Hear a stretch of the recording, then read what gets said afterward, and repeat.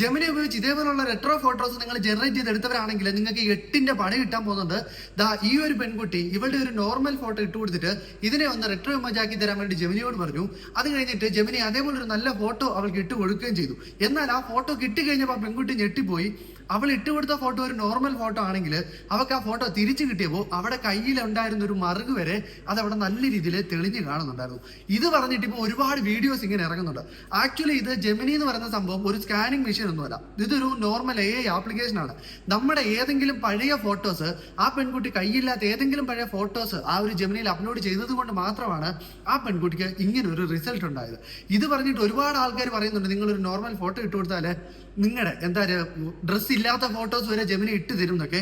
അത് നമ്മുടെ ദേഹത്തുള്ള ഒരു സാധനം സ്കാൻ ചെയ്യാൻ വേണ്ടിയിട്ടുള്ള ഒരു ഓപ്ഷനും ജെമിനിക്കകത്തില്ല.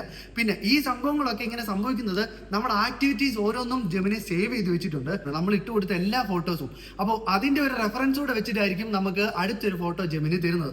ഈ ഒരു പ്രശ്നം ഒഴിവാക്കാൻ വേണ്ടി നിങ്ങൾ നേരെ ഈ ഒരു നിങ്ങളുടെ അക്കൗണ്ടിന്റെ ഈ ഒരു ഓപ്ഷൻ ക്ലിക്ക് ചെയ്താൽ നിങ്ങൾക്ക് ഇതാ ഈ ഒരു ഓപ്ഷൻ കാണും.